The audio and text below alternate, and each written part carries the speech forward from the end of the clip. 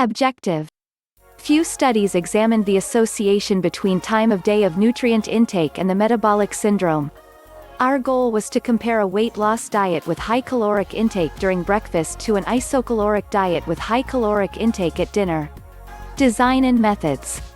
Overweight and obese women, BMI 32.4 plus or minus 1.8 kilograms per square meter, with metabolic syndrome were randomized into two isocaloric 1,400 kilocalories weight loss groups: a breakfast (BF) 700 kilocalories breakfast, 500 kilocalories lunch, 200 kilocalories dinner, or a dinner D group. 200 kilocalories breakfast, 500 kilocalories lunch, 700 kilocalories dinner, for 12 weeks. Results. The BF group showed greater weight loss and waist circumference reduction. Although fasting glucose, insulin, and ghrelin were reduced in both groups, fasting glucose, insulin, and HOMA-IR decreased significantly to a greater extent in the BF group. Mean triglyceride levels decreased by 33.6% in the BF group but increased by 14.6% in the D group. Oral glucose tolerance test led to a greater decrease of glucose and insulin in the BF group. In response to meal challenges, the overall daily glucose, insulin, ghrelin, and mean hunger scores were significantly lower, whereas mean satiety scores were significantly higher in the BF group. Conclusions. High-calorie breakfast with reduced intake at dinner is beneficial and might be a useful alternative for the management of obesity and metabolic syndrome.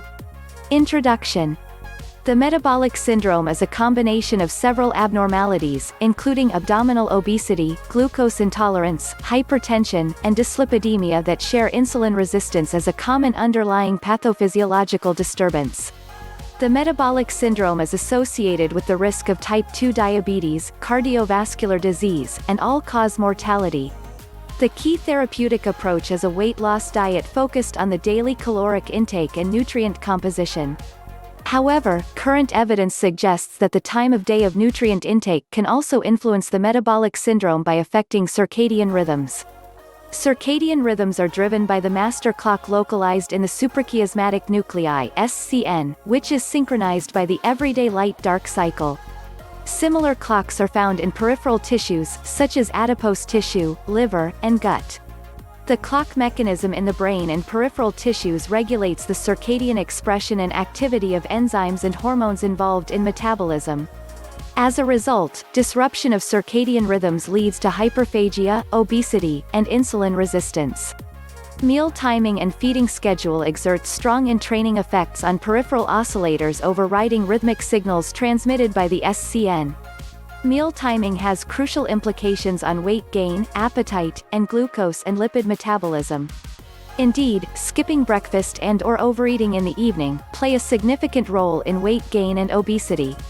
It was shown in animals that the daily first meal, equivalent to breakfast, determines the circadian phase of peripheral clocks, whereas the last meal, equivalent to dinner, leads to lipogenesis and adipose tissue accumulation.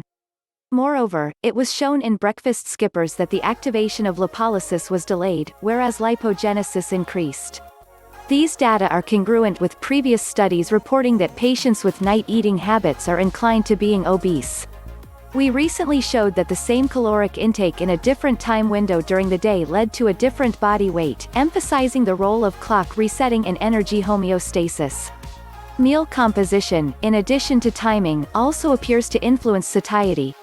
Specifically, protein consumed at breakfast, compared to lunch or dinner, leads to greater initial and sustained feeling of fullness, increased satiety and reduced concentrations of the appetite-regulating hormone ghrelin.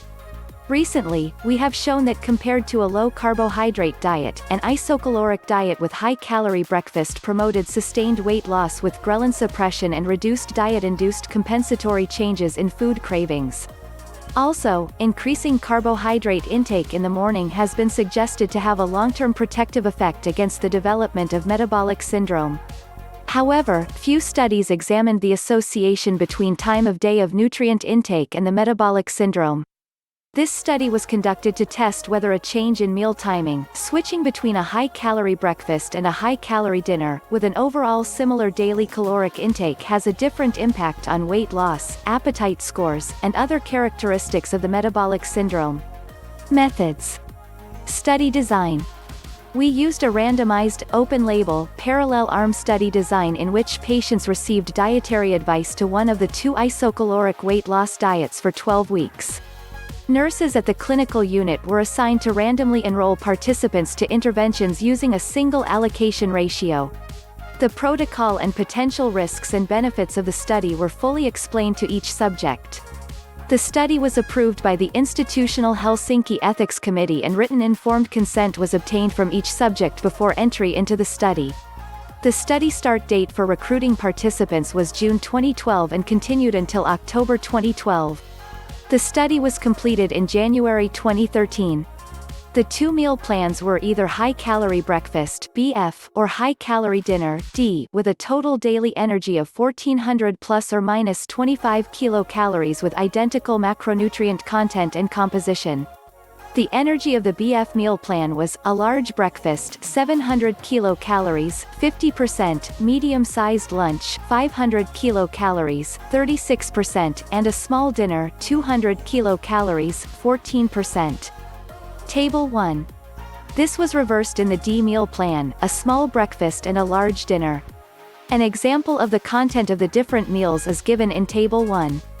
Subjects were provided with proper food replacement choices for each food item to allow variation. Subjects were asked to eat breakfast at 6 o'clock to 9 o'clock, lunch at 12 o'clock to 1500, and dinner at 1800 to 2100. Additionally, by the end of the second week, the assigned breakfast, lunch, and dinner meal tolerance tests were performed. Check link in the description to get more.